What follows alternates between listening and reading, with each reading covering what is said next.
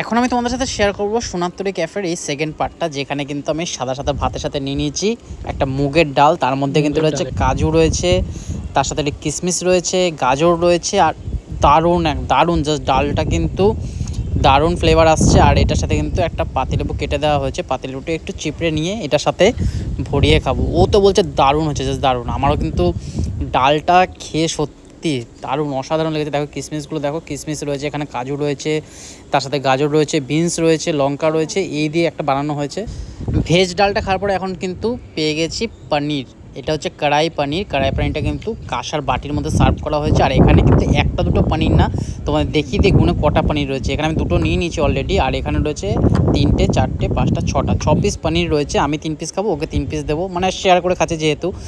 আর দারুণ জাস্ট, রাইসের কোয়ালিটিও খুব সুন্দর হচ্ছে, বাসমতি রাইস রয়েছে, আর গ্রেভিটা অসাধারণ হয়েছে, অসাধারণ। যেরকম কালার ও বলছে টু গুড, সত্যি এখানে খাওয়ার সত্যি দারুণ লাগলো।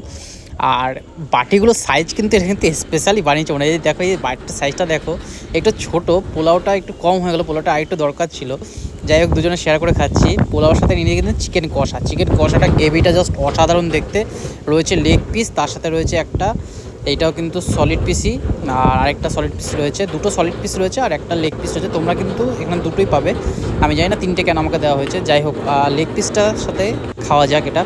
আর পোলাওটা সত্যি অসাধারণ হয়েছে, পোলাও রাইসের কোয়ালিটিটা কিন্তু দারুণ, জাস্ট দারুণ।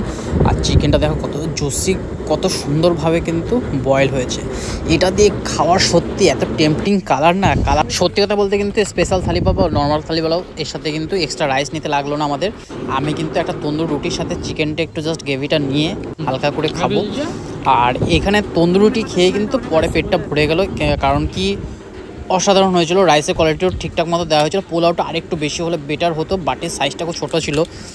যাই হোক, স্পেশাল থালি। আমরা কিন্তু বিরিয়ানি এসবের থেকে কিন্তু বাঙালি থালি খেতে খুব ভালো লাগে। আর বাঙালি থালি খোঁজেই কিন্তু আমি নানা জায়গায় বেরিয়ে পড়ি। শান্তিপুরে চলে এসেছি, ভাবতে পারছো কলকাতা থেকে শান্তিপুরে আমি বাই রোডে এসেছি বাইক নিয়ে, জাস্ট এখানে জাস্ট খাওয়ার জন্য। তারপর কৃষ্ণনগর যাবো, কৃষ্ণনগর গোপালবাড়ি বাড়ি দেখতে যাবো। আর এখানে শেষ পাতে রয়েছে কিন্তু চাটনিটা টমেটো চাটনি রয়েছে, আর খুবই মানে কালারটা দেখো, জাস্ট টমেটোর কালার নিশ্চয়ই বেটার, সেই জন্য এরকম কালার এসেছে।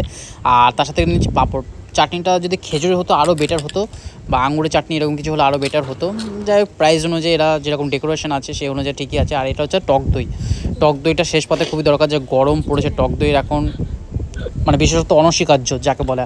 আর এখানে রয়েছে কিন্তু গোলাপ জামুন, উফ জাস্ট দেখো, গোলাপ জামুনগুলো সত্যি অসাধারণ। এটা হলো সেকেন্ড পিস, এক পিস তো খেয়ে নিলাম, আরেক পিসও রয়েছে, ও বলছে খাবে না, তাই আমার মুখে ঢুকে দিতে হবে। এটা এত সুন্দর সফট না, আর ভেতরে কোনো আটার দোলা নেই, যেরকম অন্য মিষ্টি থাকে আটার দোলা থাকে মাঝখানে।